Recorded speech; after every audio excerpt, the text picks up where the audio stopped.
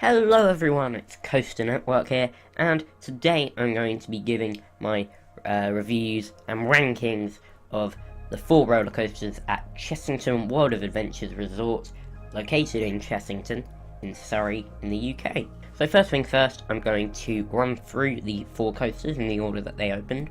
So first off, we've got Scorpion Express, which is a very well-themed coaster, themed around a mining valley. Where a large sort of steel scorpion has been unearthed, and it's all about there's an outbreak of scorpions in the area where the ride is located, known as Scorpion Valley, and it's a fun little Mac-powered coaster, a couple of helixes at each end, pretty regular stuff. So intensity rating, it's not made to be intense, so I gave it a 2 out of 10. It is a very family friendly ride. Theming rating 8 out of 10. It's one of the best themed coasters in the UK, no doubt about it. You know, theming is really on point here. And the Scorpion Express originally opened as the runaway train along with the park in 1987. However, a couple of years ago in 2014 it was updated to the Scorpion Express, and we got all of this theming. Next up we got Vampire, which opened in 1990 as a arrow suspended coaster, and in 2002 it was fitted with flawless trains from Vekoma. Now what I really like about this ride is it's very immersive.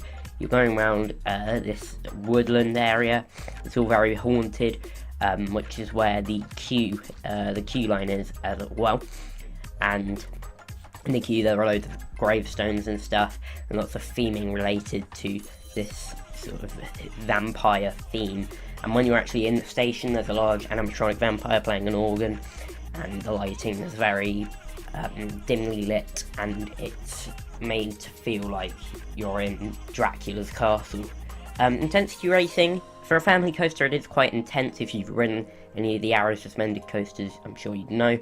And theming, it's got quite a large amount of theming around queue and the station. Not much around the ride, that could be better, but it is very immersive, and the way it all takes place in the woods and then comes out to the little, it used to be Transylvania, it's now the Wildwood, and you've got a little sort of town area, which is where the ride goes after the second lift hill, and that's very cool how it sort of flies up around that area of the park, and that's very good. It's a very immersive ride, so I gave it a 7 out of 10 for theming.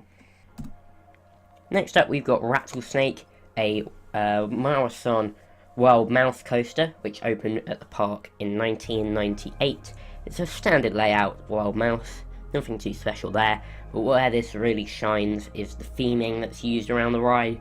As you can see by these pictures here, it's in the Mexicana area of the park, which is like a Mexican sort of village. Around the ride you've got lots of little huts where the car goes in and out of, and lots of cacti around the queue line, lots of rock work, and it is a very immersive ride, much like Vampire, hence why I also gave it a 7 out of 10 for the theming. Intensity, it's just a regular Wild Mouse really, nothing too special, 4 out of 10 for that.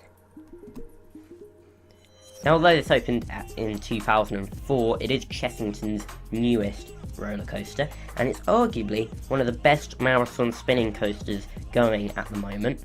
It's a very spread out layout.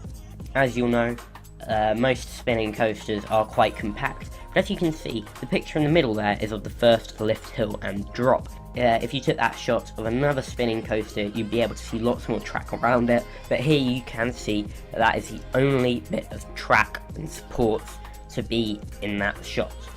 And it's the same with the picture on the right. As it goes up into one of the mid-course brake runs, you can see that there's no other track to be seen around that area.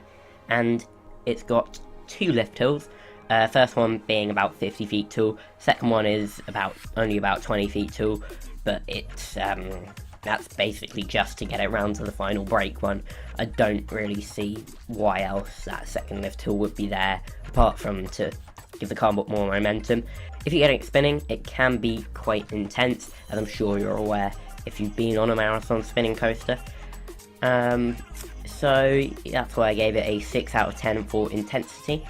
As for theming, you've got this lovely bit of rock work around the entrance with a large animatronic dragon. That is the only real large bit of scenery around the ride itself.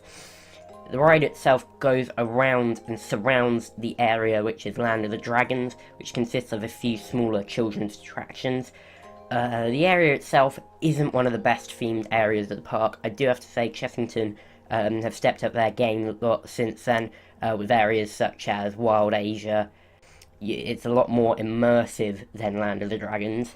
That being said though, the entrance to Dragon's Fury is one of the best bits of scenery in the whole park, and for that reason I've given it a 5 out of 10 for theming. Now it's on to the rankings. So at number 4, I'm going to have Scorpion Express. This is without a doubt one of the best coasters aimed at younger children and families in the UK. Very well themed, nicely paced. It's a regular, smooth Mack Rides mine train. But then again, there isn't much special to it apart from the theming, so it is just going to go 4th. Third, you've got Rattlesnake. It's a fun ride, like most Wild Mouse coasters, but again, there's nothing too special to it. I was actually having a hard time picking between Scorpion Express and Rattlesnake. I went for Rattlesnake because I think it does have a bit more re-rideability to it. So, next up at number 2, we have Dragon's Fury, the marathon spinning coaster. This is a lovely picture of the horseshoe element, which is definitely my favourite part of the ride. Apart from that, it is just a family to thrill coaster. There isn't much else to it. There isn't much in the way of theming, and that is why this comes second, behind Vampire, the Arrow suspended coaster, my favourite coaster of the park. I love the atmosphere of it, the way it just sort of swings around the woods. I love the bit where it goes into the tunnel. You get a bit of a head chopper element as you are going at 45 miles per hour at that point.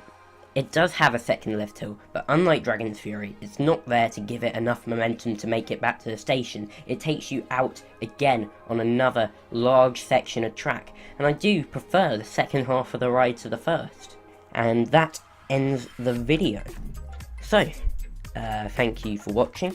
Let me know what your favourite coaster at Chessington is, and remember to hit that subscribe button.